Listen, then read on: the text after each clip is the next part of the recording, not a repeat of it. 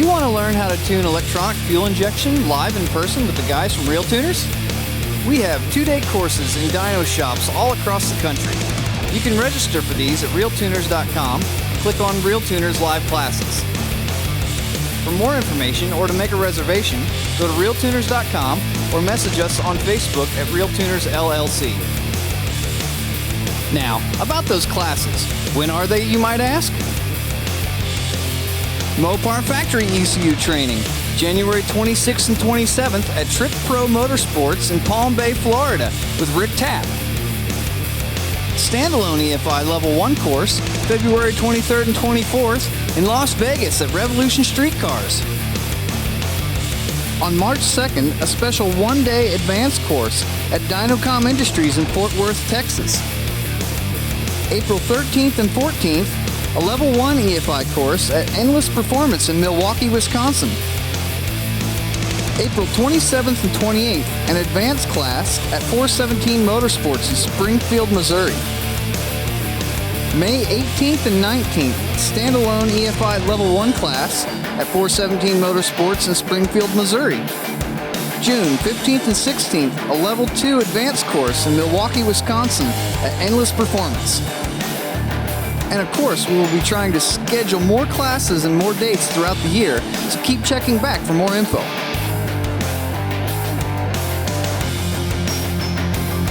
Sometimes we have a special guest, sometimes we don't. Tonight, you're the special guest. You ask the questions, we give the answers. Anything related to these automotive obsessions of ours and how to make them go faster. Now, who exactly is this we that I'm talking about? Rye Klemp from Clapped Out. Bill Fowler of Big Hat Racing. Chad Reynolds of Bangshift.com. James Short of Shore Tuning. John Bewley of Little John's Motorsport Solutions. Mark Dalquist of Throttles Performance. Scott Clark of RealTuners.com. Scott Evans of Helix Tuning. Tom Sewell of Fuel Injector Development. Dan Parker, the movie star. He's blind in one eye and can't see out the other. And possibly a few of our previous guest hosts will pop their heads in and chat as well. And as always, thanks for tuning in. Now let's get this show on the road.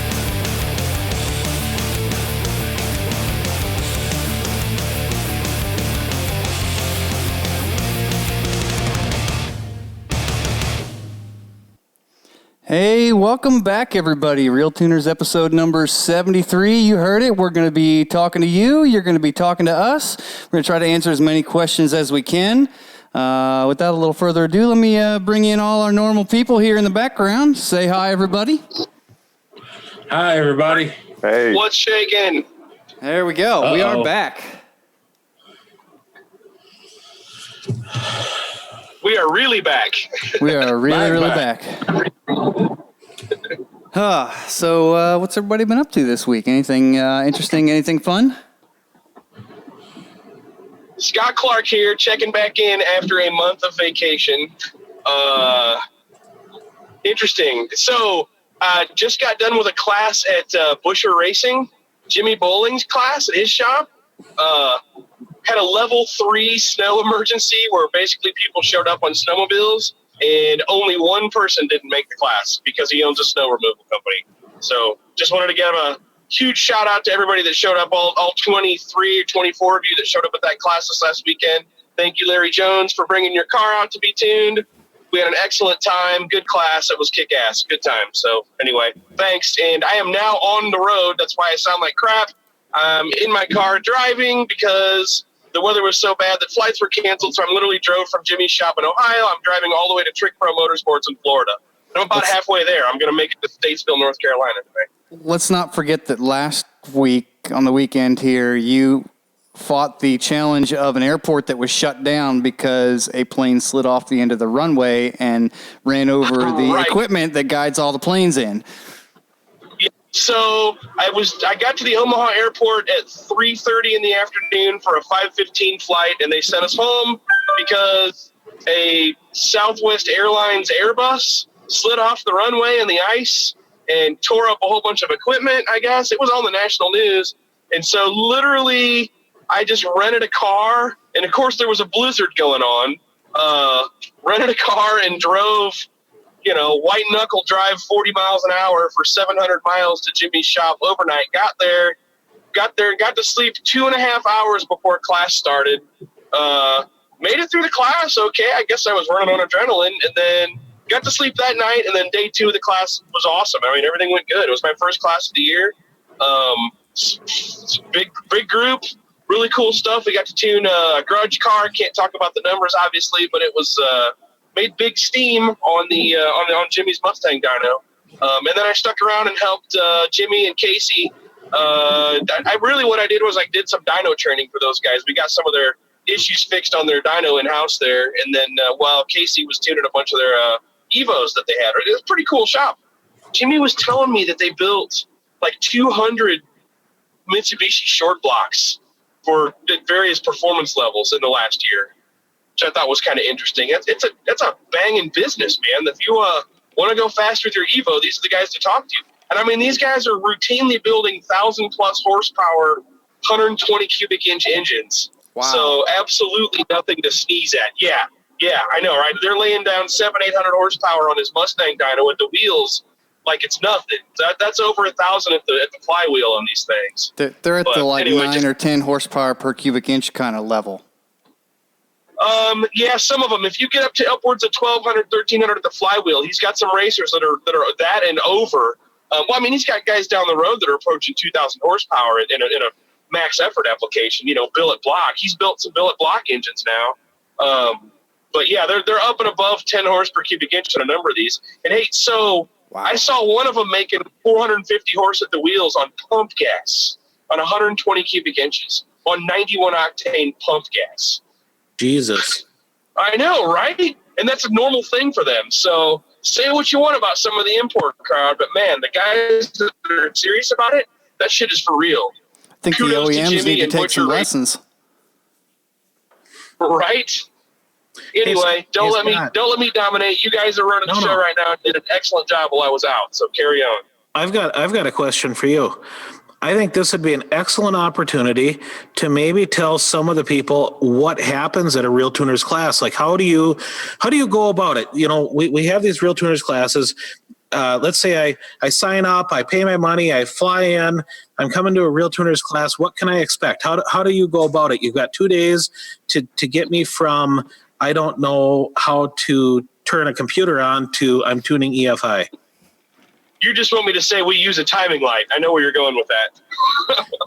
Well, that's part of it. You got to use a fucking timing light. Like, God.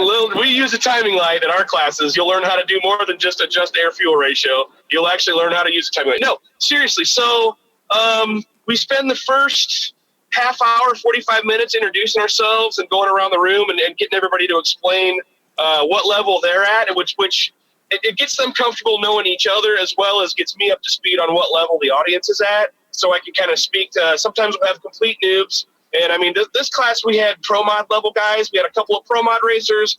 We had a guy working on a radio versus the world build. So this class was pretty advanced group of users. They all already had running cars and were doing things. And there were 2 calibration engineers that worked in the agricultural industry that didn't have race cars, but were interested in just EFI calibration in general. And they were going to find some projects to work on, and they like to take classes. So that's the typical crowd we had. But I mean, if you're a complete noob, that's fine. So we start off with introductions. We've got 2 days instead of 1.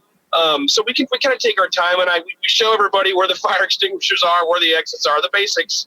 And I talk a little bit about my background, project management. I have a slide on project management where people kind of tend to think it's weird, but then I get compliments on it in the end. I've been around a lot of successful projects, so I kind of get to talk a few minutes about, what separates the guys that, make their goals versus the guys that never seem to get their projects finished, that kind of stuff. Then we get into getting your software loaded up on your laptop, making sure everybody's got the software they want. Then we get everybody involved in a private Facebook group so we can send log files for the car that we're tuning. Then I've got about, for the first till about lunchtime the first day, we go over a slideshow presentation. that kind of get you up to speed on the basics of EFI, what the computer does, how it works, how to install it, best practices for wiring, just some basic stuff, mistakes to avoid, where to find your resources, how to pick an ECU. If you're in the phase where you're selecting what you're going to choose. I go over some of the major ECUs and their strengths and weaknesses, based on my experience, just my opinion. And then after lunch, we have a catered lunch. I bring in a private caterer just because, I like to have good food. So we've gotten to the point where we have people just come cook on site for us, and it's good. Had an Italian pasta bar on Saturday, and we had a taco bar on Sunday. But anyway, after lunch, we start on the volunteer car. We take the car, plug into it, zero everything out, completely zero out the tune, do a firmware update, walk through everything with everybody real slow.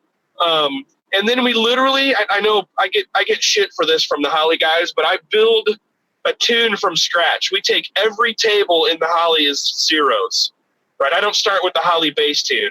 I literally go through every single table, and it takes about 2 hours to explain it, but I go through all the tables and I build the tables, and then we play the little game to see if the car starts on the first try or not. And I keep track of it. We're at about 70% of the time it lights off and idles on its own perfectly.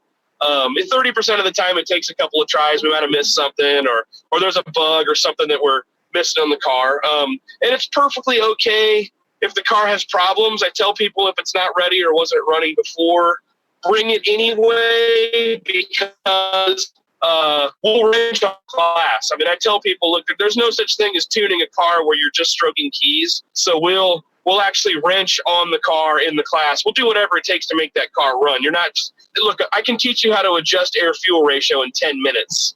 If you're paying money to go to class and that's all you're seeing, come to ours. We show you a little bit more. But anyway, so we go through all the tables. We do the first start on the car. By the end of day one, the goal is to have the car ready to take to the dyno shop, and to know what that means. Basically, probably half the guys that take their car to the chassis dyno waste hours on the chassis dyno not tuning, but doing stuff that they could have done at home. So we go through all those details, and then by the end of the first day, we're ready to go. Car starts and idles, maybe drive it around a little bit. And then on the chassis dyno, we just take it slow. We go through all the complete wide open tune. We fix any bugs we need, and that's it. In a nutshell. Yeah, and we're starting to lose you a little bit there. So yeah, we know you're driving. Sorry, so. I'm starting to lose some bars, but that's it. That's basically it. So you can carry on. That's my. I think one of the important things that he pointed out is the reason we zero everything is because we want you to understand what we're putting in the tables and why we're putting it in there. A lot of times people use a canned bass tune, and it's kind of sort of in the ballpark, but they don't understand what those numbers mean. And it might be fine up high and suck down low, or it might suck up high and be great down low. And a lot of those canned tunes are generic, like they're not specific to that vehicle. And so not everything is exactly identical. And we kind of have some good starting points that work on most vehicles, but there's going to be things where we see and we go, oh yeah, this is going to want this totally different because we have years and years and years of experience of seeing that. We might know that, oh yeah, this one's going to need a little less fuel in the idle area to get it going because that's what this motor wants. It's what this type of thing does, And that's important for people to understand that as part of the class is learning why we put those numbers in the tables. It's nice for us. We get it idling really good at the end of the first day, and then the next morning we get to do a cold start tune and a warm-up tune, and I get to go through all that stuff.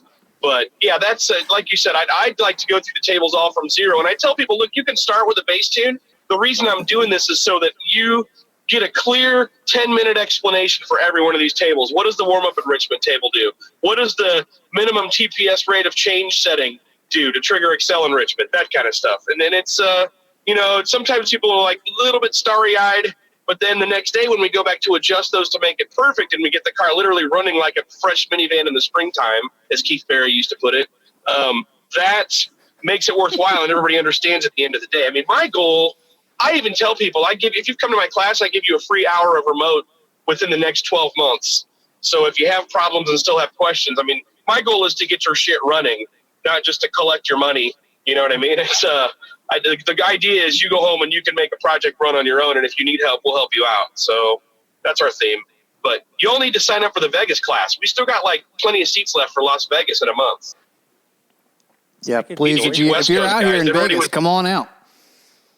Yeah, or West Coast, anywhere. Fly to Vegas, cheap flights, man. Sign up for that class. It's going to be awesome at Frank Guerrero's shop. Hey, it's a 3-hour drive from LA, 3.5 hours. So make the trip. Super easy. As long as you have all I keep hearing is beer braised short rib. That's right. Amen to that, man. We're going to eat like kings. Hey, we should take some questions, man. Enough about me blabbing. Sorry my quality sucks, but I'm driving in a car. But we should take some questions. I know Bewley's dying to answer some of those Jake questions tonight. Yeah, let me start out because I did promise, and this is the last time we're going to address this because we've already talked about this a couple of times. But Lee Connor still wants to pursue the coolant pressure discussion from a couple of weeks ago. And his problem is he can't do more clamp load, and he's looking for the most power possible. He wants to be able to push the controlled cylinder pressure torque as hard as he can. And he says, would the answer be to push the cylinder pressure until you start to see spikes in the coolant pressure sensor, then simply hold that level of torque for as high in the RPM as possible with ignition and boost control strategies? Or with an engine, can you increase cylinder pressure higher with more RPM due to less time at top dead center? If you're tickling the coolant pressure, you're lifting the head gasket. Right. I think that's pushing it a little bit too far. Yeah. Yeah. Pretty much as soon as you see that spike. You may not need to replace it, but you may need to retorque it. I personally don't like the retorque because it's already gone. It's time to put on a new one. It's not that expensive and it's super quick to do. No, I've had a number of cars where we saw it tickle the pressure sensor and we didn't even retorque it and they were fine after that. So it's interesting. You don't have to necessarily destroy the head gasket to breach the pressure. That sounds odd, and that's mostly coming from small block Ford and LS world. I don't know in Lee's case if that's going to apply, but you're past my safe comfort zone, I think, is the right thing to say there. A lot of it is gasket dependent because, say, like a good quality MLS gasket is going to be more forgiving than, say, a Felpro Permatorque. So, the gasket you're using is dependent, and the number of fasteners per cylinder, say like a big block Chevy where you have 6 bolts per cylinder. Well, by the time you start lifting the cylinder head, you're so far beyond anything that it was meant to do that, it's done. A small block Ford or an LS, you only have 4 bolts per hole and there's going to be more flex allowed. So as far as his idea about, hey, can I take it to where it tickles the coolant pressure sensor and then increase pressure as I go up? I would say no, because there's a number of other factors that are going to change that peak pressure. I mean, just the barometric and weather conditions can change that pressure by 100 PSI in the combustion chamber. I mean, you're talking about 1,800 to 2,300 PSI combustion pressure. Just a little bit of change in the weather or intercooler temps can push you right over the edge. So it depends on how max effort and how often you want to be taking that thing apart, Lee. But I don't know that that's a good plan in my thinking.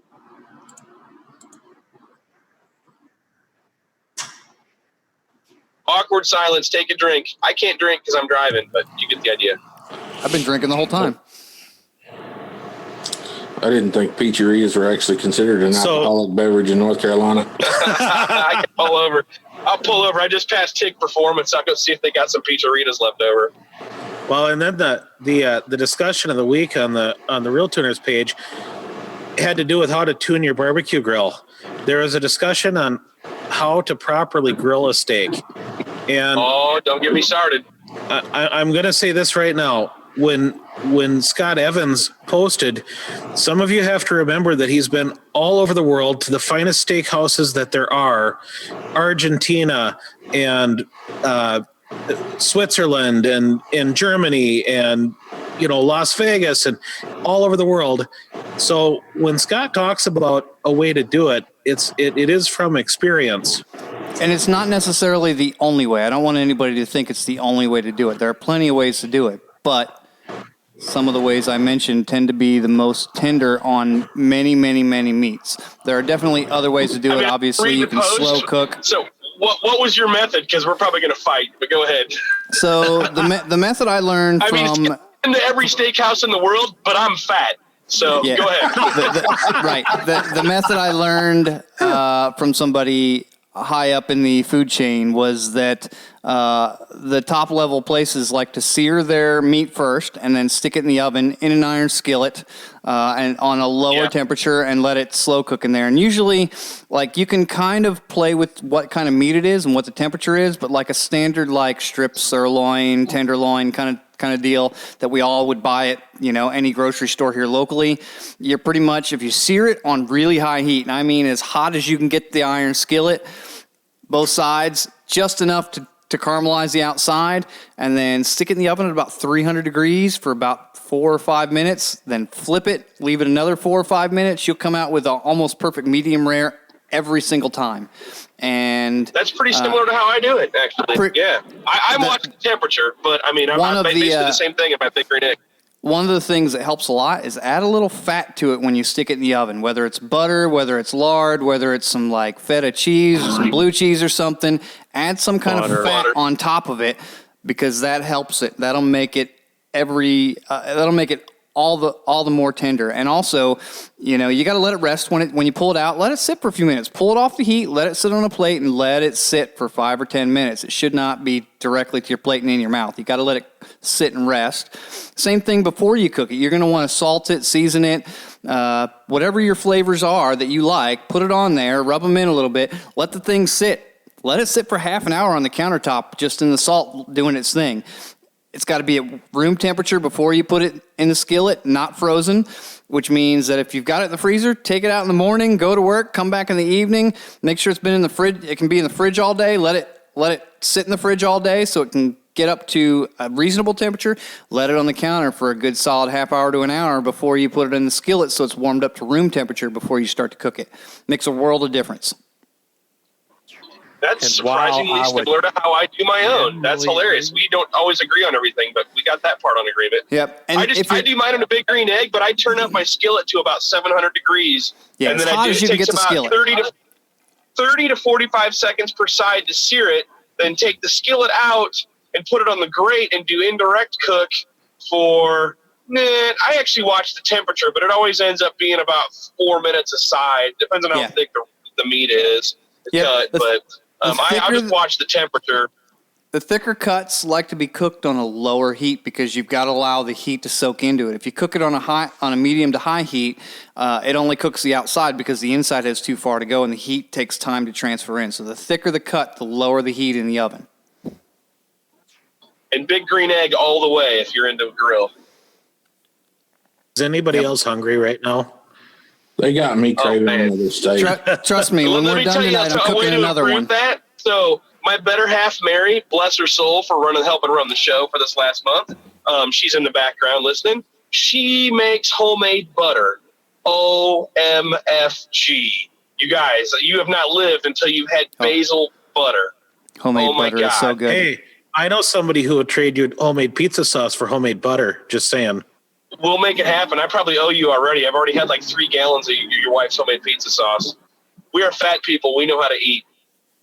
I'm not fat, but I eat, and I put it down on my hollow leg, and I can tell you how to make it good. That's only because you walk 75 miles a week. Right. God, how many miles? You've literally walked like 31,000 steps a day on your Fitbit. I'm on average somewhere between 18,000 and 25,000 steps on the day. On a busy week, I've seen as much as 37,000 steps on the busiest day I've ever had. It was a long day, let me just say. My feet hurt badly afterwards. Typically, I'm He's gonna need it. like 4 to 5 miles a day. The high days, I'm 7 or 8 miles. Like the highest one was like 10 and a half or 11 miles or something. It was a lot. He's going to need a hip replacement when he's 31. So interesting. 43 in a couple months. I didn't think you were that old, Scott. You don't look that old. 43 in March. Heard it here. Everybody buy me a birthday present. So you children, we'll have a conversation more about how to cook meat We'll get some people on here actually know. Although you guys are all in the right place. I think I've more. Yeah, Bill knows. Bill knows really well too. Yeah, I was gonna say I was waiting for Bill to chime in with some alternatives there, but no, he's also. This is all, these guys. This is all kind of the right stuff. But you know what we're going to have to do? We're going to have a special edition of RealTuners, and we'll get some of the best meat cooking people in the world on, and we'll have. Hey Scott, didn't you have a guy that was data logging his grill? Oh yeah. No, I mean, I actually have a data logging wireless thermocouple. So it's I had a guy that was using a mega squirt to control the fan to raise and lower to maintain the temperature of his big green egg smoker, right? So he had and I know that there's guys that have done greenhouses with a hot poly, but basically you can use it to watch the temperature. Yeah, he was PWM the fan on his grill. It's a really common do-it-yourself thing. There's a lot of guys that do it. You can use an Arduino, or you can use there's a bunch of ways. Interestingly, on the coolant temp sensor, Scott, or the coolant pressure sensor, Matt Cole said that he found his head gasket was blown when he tore his motor down, and he had his safety set up on his coolant pressure sensor. And after he found the blown gasket, he looked through his logs and he found that he blew it in July, ran it all season on a blown gasket, and the Holly safety was keeping it from pushing it out. That's awesome. Good job, man. That's badass. I'd like to think he got that idea from us. I'd like to think that he didn't get the idea from us about failing to check the logs, but okay. Well, we can't all be perfect all the time.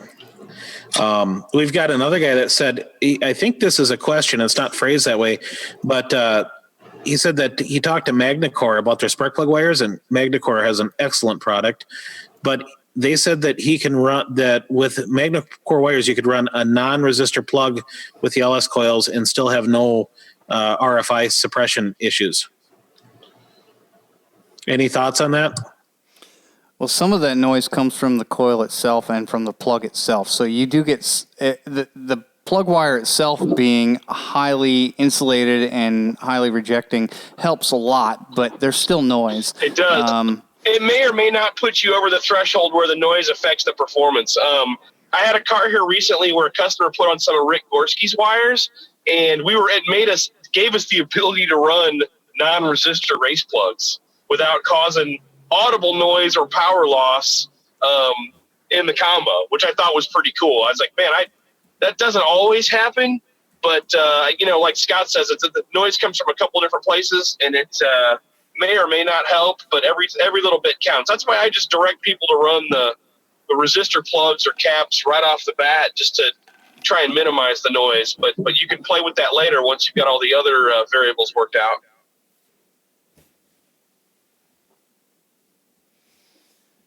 Yeah, I'm not familiar with the wires you were just talking about, Mark. The Magnacore? Yeah, can you say a little more about them?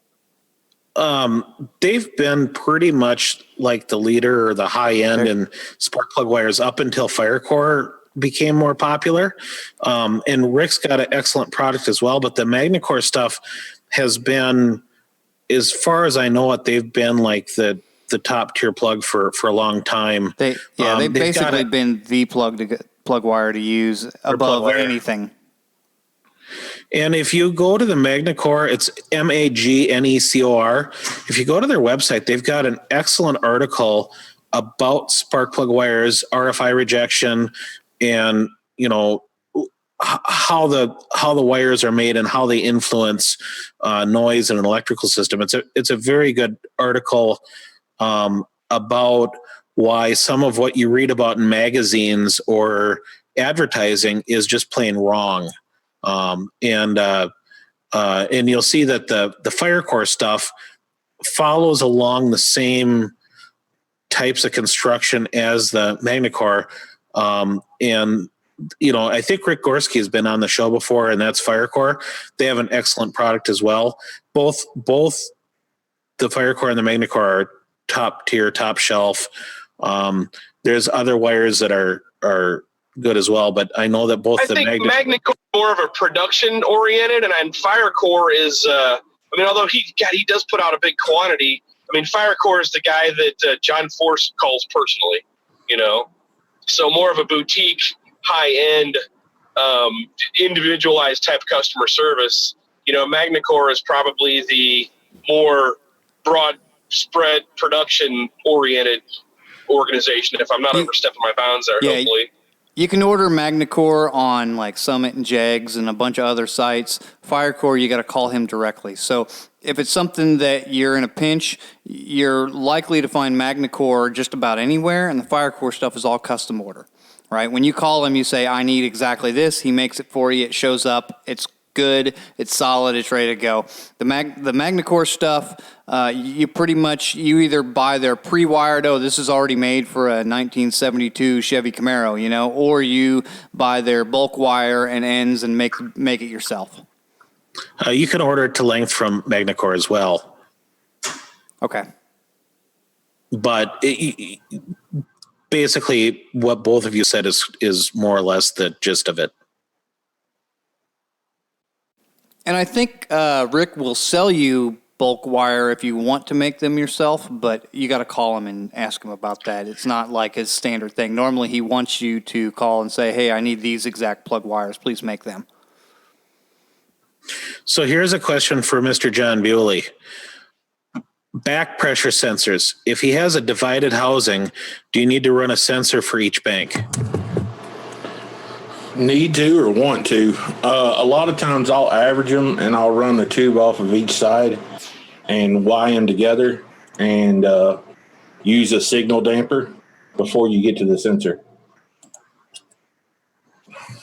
There's companies out there that make signal dampers for the back pressure sensors for anything that could have pulsation, real bad pulsating. So we've done both of them on each side and checked them both on each side. And the longer side can show differences than the shorter side, but I'm more interested in more like an average. right. Same deal on a twin turbo car, I would assume. On a twin turbo car, you could do it on an average, or you could just put one on each side. The thing about the twin turbo deal is they're so far apart. The Y would have to come from both sides of the engine bay, and it's easier to run wire than it is tubing. So with the twin turbo deal, I would just do bank 1, bank 2, and map and run wiring instead of tubing. John, do you provide Welcome to the show, James. dampers? You have a part Thank you. that you guys sell for that, so that people who are looking to replicate what you're talking about can get that easily? Just the SSI, just the 0 to 100 PSI deals. And I tell them to run an 18-inch coil of copper tubing between the headers and the sensor to dissipate the heat, or to help, dissipate some of the heat. Yeah, you'll end up with a compression fitting on the engine, on the header side, and a compression fitting to basically an 1/8-inch NPT bung that'll give you a way to do that. The copper is because copper dissipates heat way, way better than all the other materials out there, and that'll help greatly with sensor life. Yep.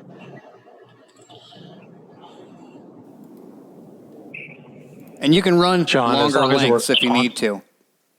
If we're on this topic, are there other things that you would recommend for people that are running the divided side deal? I know Rye has run that. A lot of other people do that for a variety of reasons. Are there pros and cons and things that you would want to recommend people think about when they're working on that hot side plumbing and going with the divided? I just wastegate location and length. I tell people, within reason, shoot for equal length from bank to bank, because extreme differences in length can affect the actual components in the engine. Kevin Smith came up with a good idea. He's like, if you drill the actual flange, if you drill a hole into the actual flange, you can actually create the merge in the flange. You can drill in at the divider so far, and then you can come from each side of your divided flange, and you can drill a hole out, and you can make it to where there's a passage in the flange to your compression fitting in the flange that you bolt the turbocharger to. Especially if you buy a thick one, like a 1/2-inch thick one, you got plenty of meat that you can drill into there. Yeah, I think this might be what Kevin Smith is getting at with his comment. Yeah, that's what I was referencing. Mr. Clark, are you still with us? Yep, I'm still here. So we've got a guy here he's building his own deal, and he just finished his air to water intake cooler, and tomorrow he's hitting the dyno. It's a twin turbo small block Chevy with a Holly Dominator, and he's wondering if he can get a rough idea for timing numbers to start off with, since his table's blank. He's looking at a max of 24 pounds of boost, running C16 and 120-pound injectors. Ask him what heads he's running. Does he say what heads he's running? Well, it's a small block Chevy, so he doesn't say, but it's going to be a 23-degree deal. So, I mean, I would start with, at 0 PSI, I would probably start with like 24 degrees. And at 20 PSI, I'd probably be, well, what does he say what fuel he's running? C16.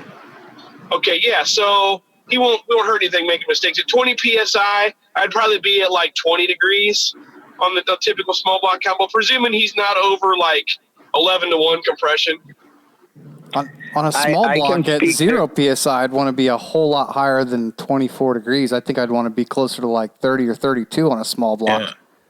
You probably would. You'd probably end up 34. there, but that's where I would start, right? So let him work out his bugs or whatever. Yeah, I think you're going to end up. I think you'd end up at 32 on the typical small block, especially on C16 at 0 PSI, and at 20 PSI you'll probably end up at like 22 or 4, right? That's where you'd end up. But you don't want to start. You don't want to start there. Yeah, I mean, I don't know. Maybe put it there at 0 if everything goes good and you're going to race the thing at 20, then get the boost working 20 reliably on low timing, and then just sneak up on it at that number, and then just linearly ramp it in. But I'll tell you what matters is, as long as he's running coil packs and not a distributor, down low at the total vacuum at the bottom line, put in 45, 50 degrees. I know that sounds weird, but like under D-cell, and then just ramp up linearly from that bottom row to your 0 PSI row, right? Just fill in column values. But also, I'm available tomorrow, man. Just send me a message and we'll do a remote or something. So, Scott, a couple of added factors that he's posted: World Sportsman 2s, heads, 9.2 compression. I guess. Oh, yeah. I'm always curious. about Every his bit of modification. 32 around that 0 Yeah, PSI then what point. Evan said.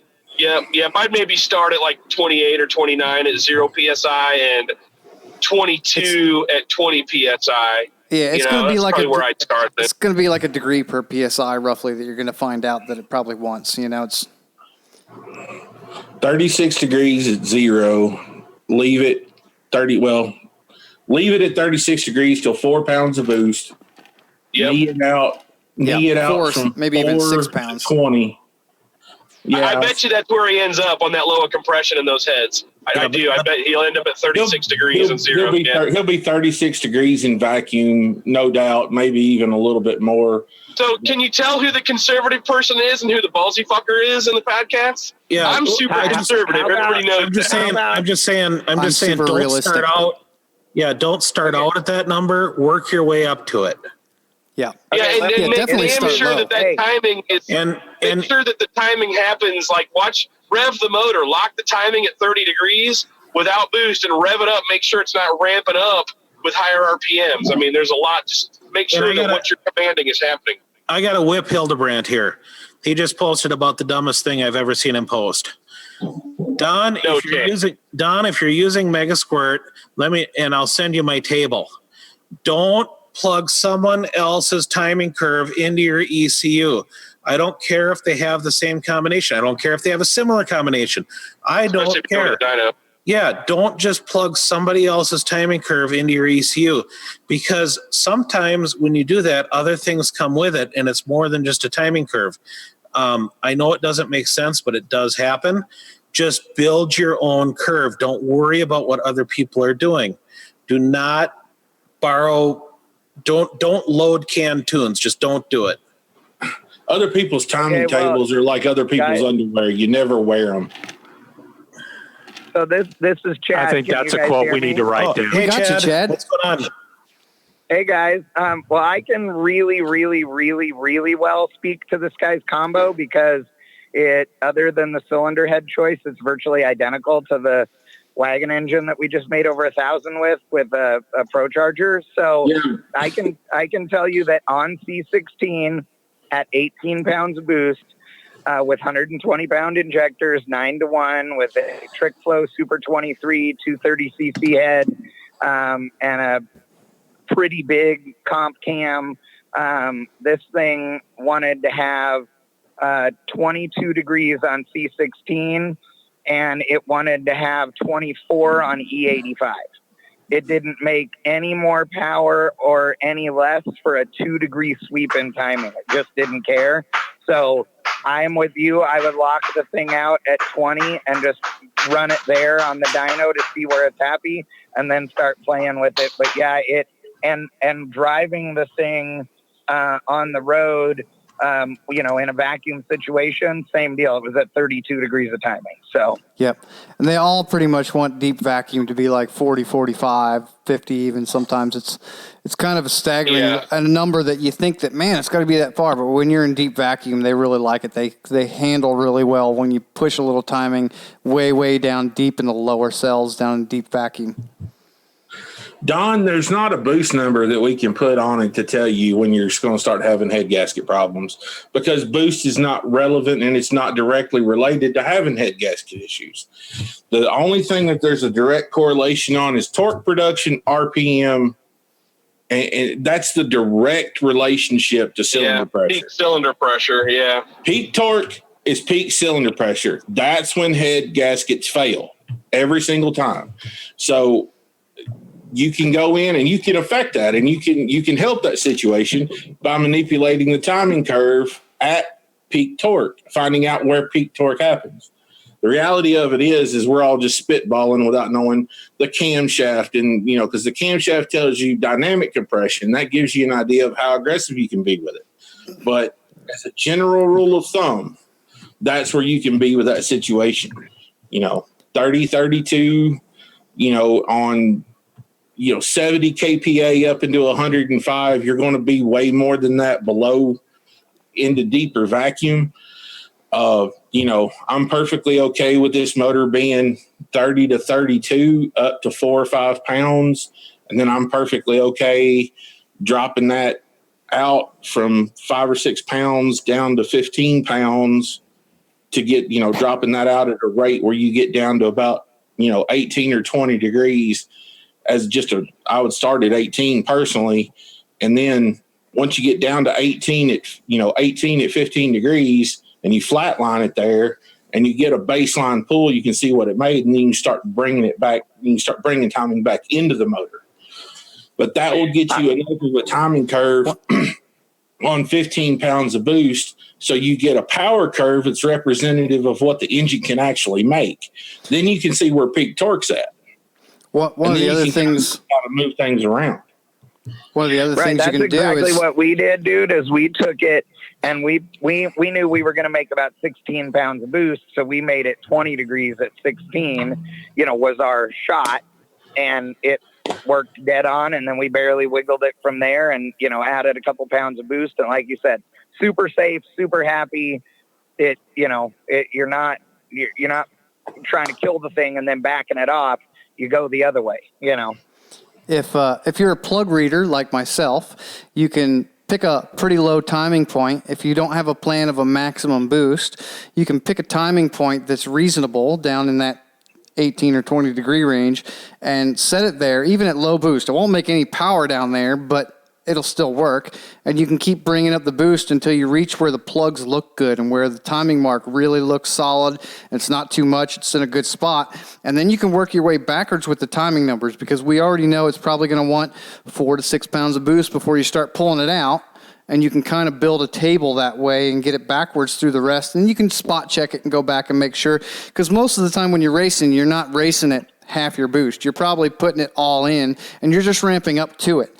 And the ramp up to it is not as important as the final number. It still has to be close, but if you're a little hot, a little less, that short, brief spot of a time between zero boost and full boost, if you're in 3/4 of a second, that little tiny bit of time in there where it's at 8 pounds or 12 pounds before you get to 20 pounds is not as important as when you're actually at 20 pounds and the timing has to be right for 6 seconds out of the 8-second run.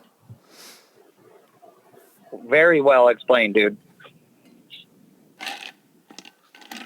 Especially if, like I said, boost in 3/4 of a second, if you can get it to come up, if you can keep a little bit of hot timing in it down low, it'll come up through the boost a whole lot quicker than if you just kind of put it in safe down low. Yeah, it'll make it lazy if you don't have enough timing in it out of boost. Well, I think one of the common things that people sort of forget when they're talking about boosted applications, whether it's turbo or even a roots blower or centrifugal or whatever, is all of these things are adding power, hence the name power adders, to whatever you have. And so it's easy to look at it and go, oh, well, if I have a motor that makes 500 versus a motor that makes 300, obviously the same supercharger is going to make the 500 horsepower engine be higher at the end of adding the boost as well.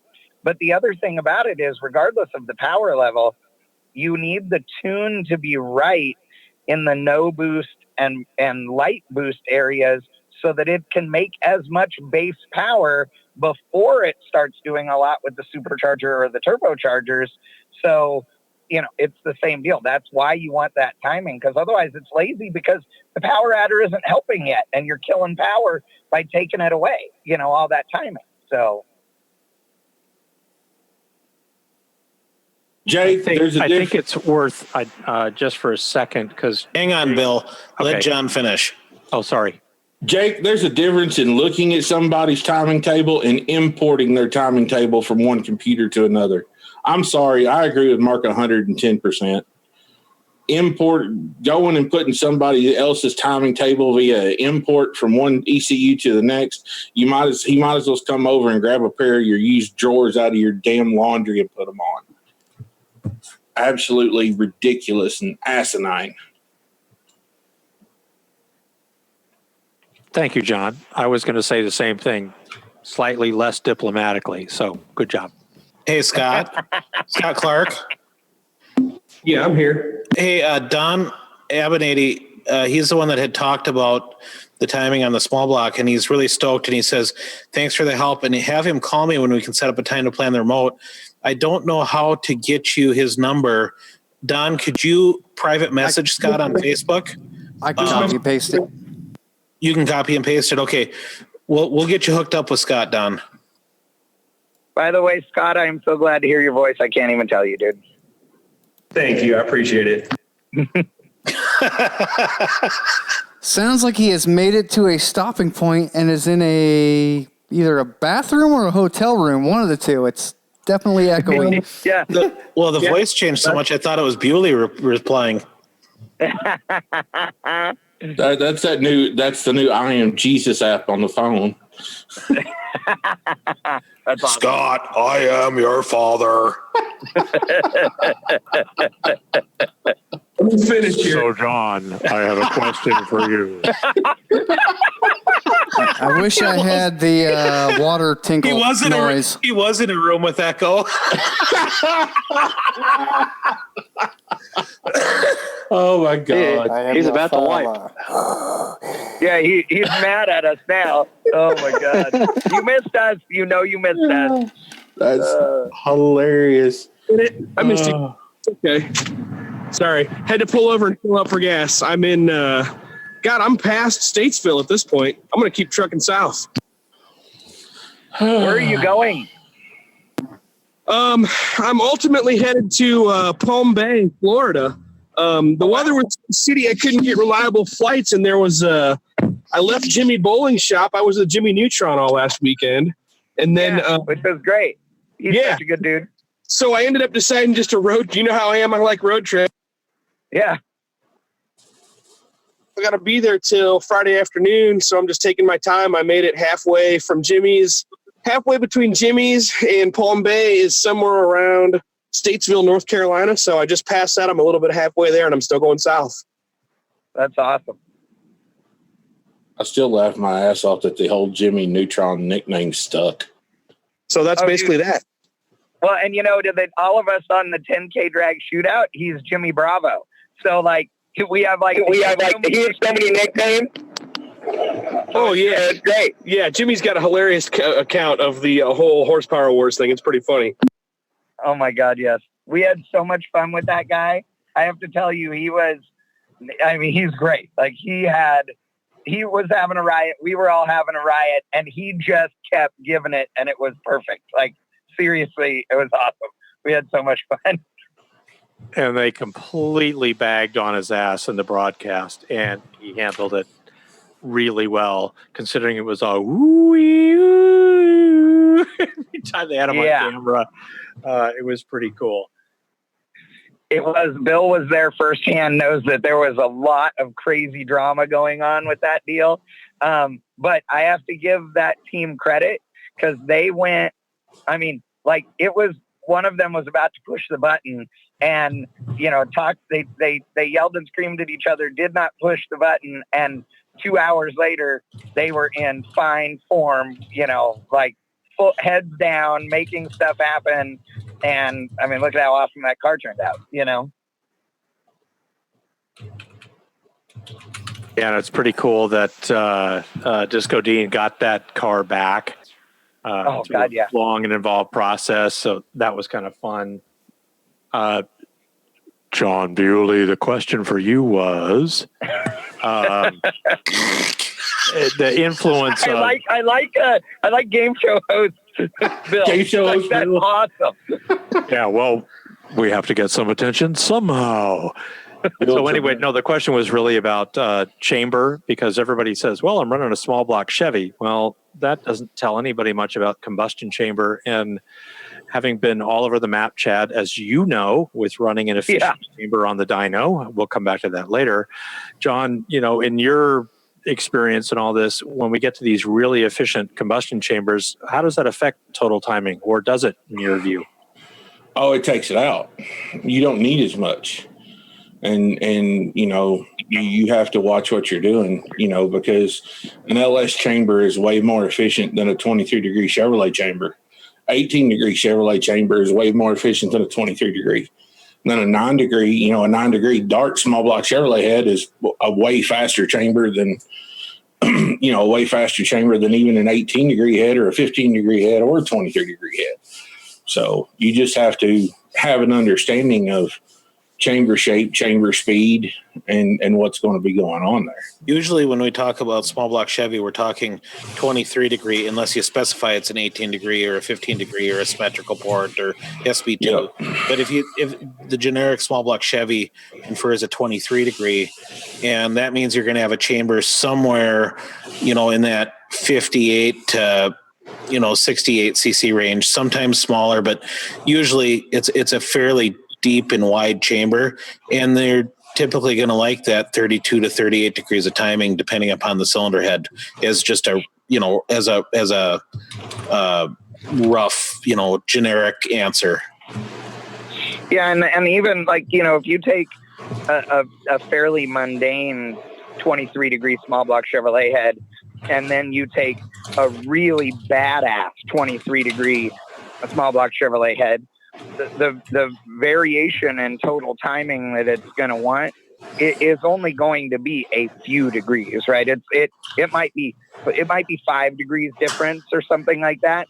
I wouldn't even go 5. I'd say 2. Yeah, exactly. But it's never going to be 10 or 15 degrees or anything. Bill is alluding to one of his A460 trick flow headed Ford combos that are epically fun to play with. And when I remember one of the times we put an even better set of heads on that flowed a bunch more, and I remember we were at the dyno and it wasn't making the power quite where we thought it would step up. And Scott, you were there and everything. We were having an awesome time that day eating ice cream, sandwiches with the boys from Verbantics. And I remember that it was one of those where all of a sudden, I don't remember which one of I remember it being one of our more dipshit moves where we started off with the timing that everybody thought it would run, and then we took out 2 degrees and it picked up a bunch of power. Yeah, exactly. Like one of us went, I remember Cole was like, "Wow, did you hear that? It sounded so much better." Yeah, it also picked up like 20 horsepower. Yeah, and we took out 2 more degrees and it picked up more power. And we took out 2 more and it picked up more power. God, I hate that. And that's why I told that guy to start off with 24 degrees on his small block Chevy. I learned the lesson that day. Yeah. Oh, yeah. Well, that's understandable, but a big block Ford is a fairly shallow valve angle cylinder head to begin with, and I wouldn't run as much timing in a big block Ford as I would a 24-degree intake valve big block Chevrolet with a 190 chamber. And I'll tell you, that motor of Bill's is a badass. Like, that thing was way cool, and it was fun, though, that day. Like, all of us, like Scott said, went straight to where it had made its best power before, and it was like, and it was really a cool sign to see, that go down. That was a fun time on the dyno. I made 1,017 horsepower on a legit SAE calibrated engine dyno on pump gas, on California pump gas, all motor. Yeah. That's pretty badass.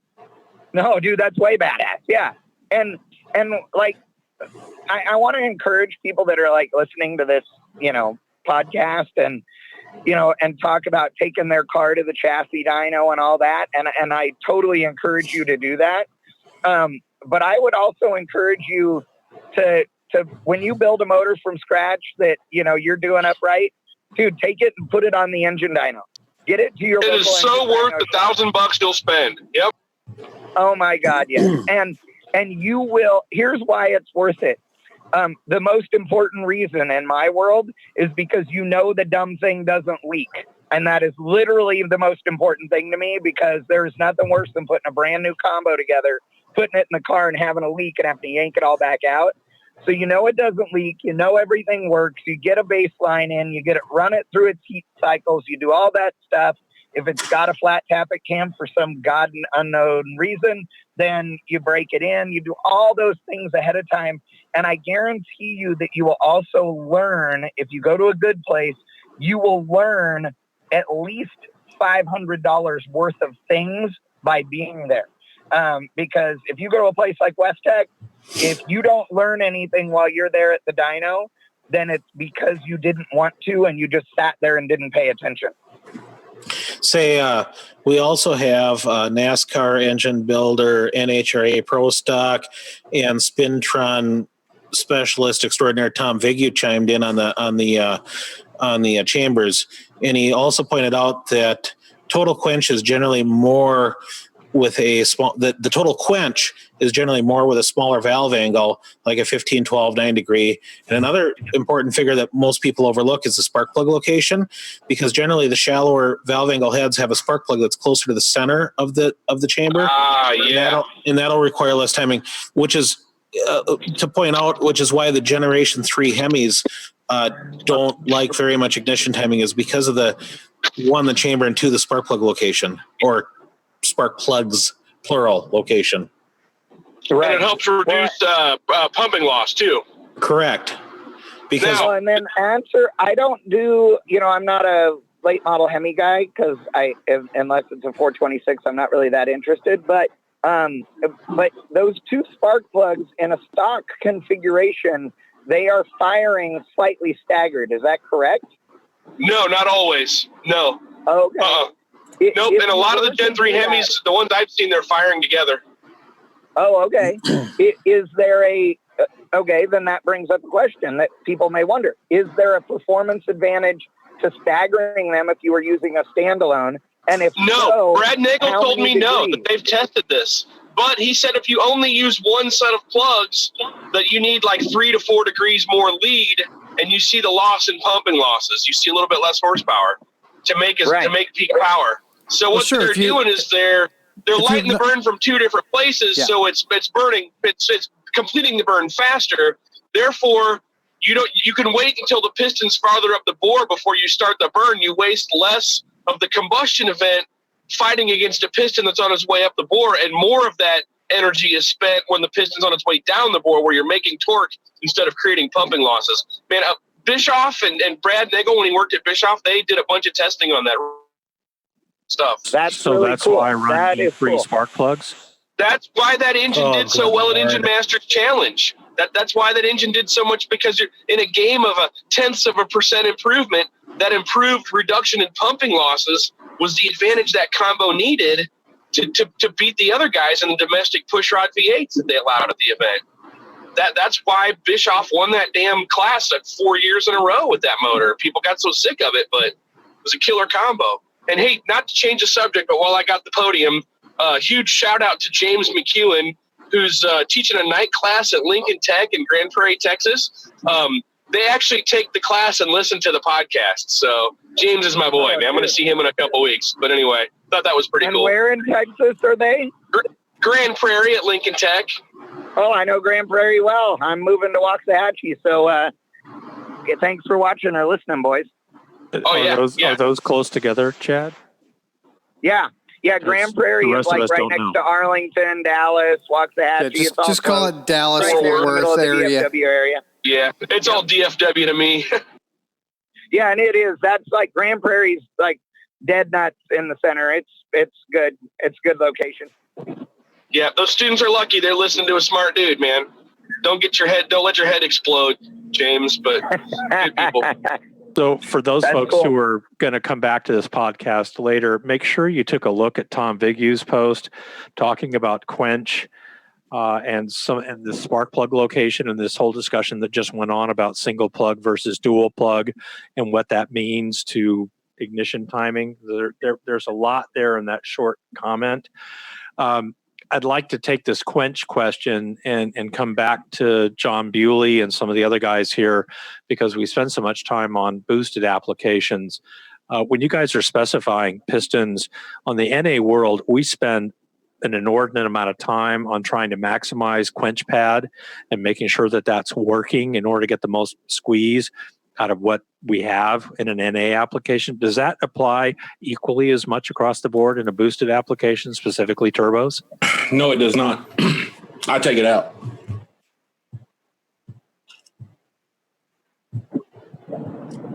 No, quench pads are the devil in a boosted engine when it comes to pre-ignition and detonation. And I wish I had a picture. We could put up on the slideshow of what, in my opinion, a perfect boosted chamber. I mean, the Hemi is the perfect boosted chamber. There is no quench pad. There's none. There's no parallel planes with the chamber and the piston itself. So, in my opinion, just send the heads to Thule and roll that pad over. Yeah, and I like them rolled over more than what Brian rolls them over. One of the reasons mod motors like boost is because there's not really a quench pad there. It's kind of, there's a gap, not really a quench. They're like a Hemi.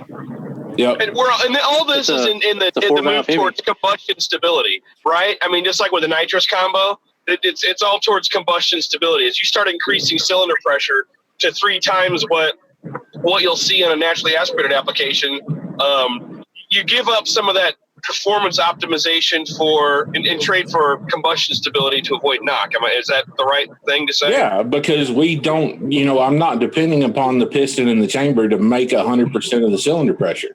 I have a way of artificially raising cylinder pressure, artificially raising volumetric efficiency of the engine, because I'm hitting the easy button and I'm shoving extra atmosphere down its throat with a turbocharger.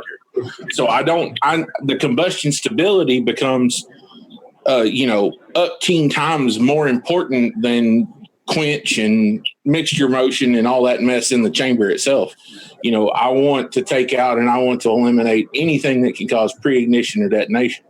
And the biggest thing for me is when I build, high horsepower stuff, I do not want any parallel planes, because that's when you have parallel planes that are tight together, that's where pre-ignition starts. So I want quench pads on heads. I want them cut at an angle so they're not parallel to any of the piston top. Because that increases rotation or swirl or movement around the chamber that's also, regardless of boost level, helping, mixture efficiency as far as the consistency of that mixture throughout the chamber. Is that right? I don't know if I would go so far as that, because I'm not necessarily a swirl advocate. I'd prefer not to have it if I could keep from having it. And the only thing that it does for me is it ensures that, I'm not creating pre-ignition events by A, having a tight quench, and B, having those parallel faces. Because as long as those faces aren't parallel, there's a better chance that it's not going to create a pre-ignition event, and you're not going to have a localized high pressure area between those two where you basically start compression ignition with the fuel.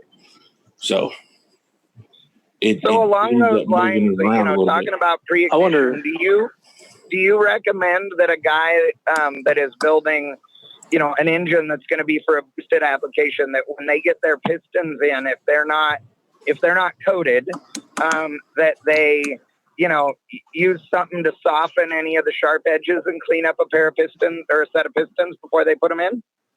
I usually pay people for that. I usually make people pay me for finding the answer out to that question by buying pistons. My man. So that's awesome. That's my answer to that. I love it. Well, are we kind of at a point where we could gracefully depart? We've crossed our hour time, and I know people have things to do. And I made Charlotte, North Carolina. I'd only have to pull over to take a leak and fill up with gas in the middle one time. And of course, you asked me to talk while I was in the bathroom. Dude, why are you not over visiting tonight? Why didn't you visit Eric and them? I'm tempted to, man. If Yost is listening tonight, either that or I got to stop by that other guy that's trying to clone my classes and teach him how to use the timing light. But other than that, while I'm in Charlotte, I'm probably going to spend the night in Charlotte. That's awesome. Tom, don't worry about those guys cloning stuff running off of batteries. We know what happens to them. Tom Biggie did want to touch on the quench one more. He said that water jacket core and location and different cylinder heads will change the outcome of how much quench you can get away with. Yeah. Good point. Cooling efficiency. Yeah. Well, that determines hot spots in the chamber. Correct. But I think on that we could probably start to wrap it up. Does anyone have anything else to add? Nope. Big thanks to the guys for holding the fort while I was out. You guys absolutely rule. Look for some upcoming changes here. Good job to Scott Evans also on basically we set up our disaster recovery site. We now can run the podcast. I don't necessarily have to be at my home office to run the podcast anymore. So Evans made some serious infrastructure update. Scott, Evans. Yeah, you have a formal invite from Eric Yost, Scott, so you got to make it by there. Should have been doing other things, right. So it was awesome. I'll message Eric in a minute. Sit tight, Eric. Cool. Kenny Howard asked a question I want to grab real quick before we say goodnight. What's changed with my stuff since 2015? A lot. You learn something new in this business every day, and the person that ends up coming into this thinking they know everything and they feel the need that they feel like they can stop trying to learn new things and improve the product that they put out, they're not going to be around long. A lot has changed since 2015. A lot has changed since 2015. So we're all learning, man. Ain't none of us pure experts. Well, maybe Fig you. But no, I think we're all learning, right? So, I mean, the whole industry is learning as we go. So your mileage may vary. Feel free to experiment, but this is what we know. All right. Well, on that note, I think we'll say goodnight. I just want to let everybody know I've seen a few questions asking about podcast showing up on iTunes and such. Just it is there, I've been told. I'm not an iTunes user. I don't know. We'll try to sort that out here in the next couple of days. We'll try to figure out why some people are having problems seeing it, but we'll get that sorted out here in the near future. In the meantime, check it out on Stitcher and Google Play if you can't find it on iTunes. Apparently, iTunes has a gripe with our intro music in some cases. Even though they said it's copyrighted material, but we own the copyright. We paid for the copyright, so I don't know. I'm doing something wrong on iTunes. And it shows up sometimes, and other times it doesn't. So anyway, if not, check out Stitcher, Google Play, to any of the other, Google the podcast, RealTuners, one word also. There's also YouTube, Facebook, and I'm keeping it up on the actual RealTuners.com website. We'll be up to speed tonight. So that's all. Yep. And other than that, thank you guys for listening. I want to tell everybody, hey, we're usually like 100 or 200 or 150 like all at once listeners, 300 or 400 that come in and out. You know, some guys can only listen for 20 minutes and then they got to go away, and some guys can listen for the whole podcast. But you guys are really rocking it. You know, we see several thousand downloads a week from this stuff, and we love having you. So thank you guys for supporting the show. We're going to come at you as often as we can here every week. You know, we'll try to bring you what we can. If somebody has a cool guest that you know somebody important, feel free to message us and get us in touch. We're always looking for new people. So once again, thank you guys, and we'll see you guys next week. All right? Sounds good. Take care. Have a good night.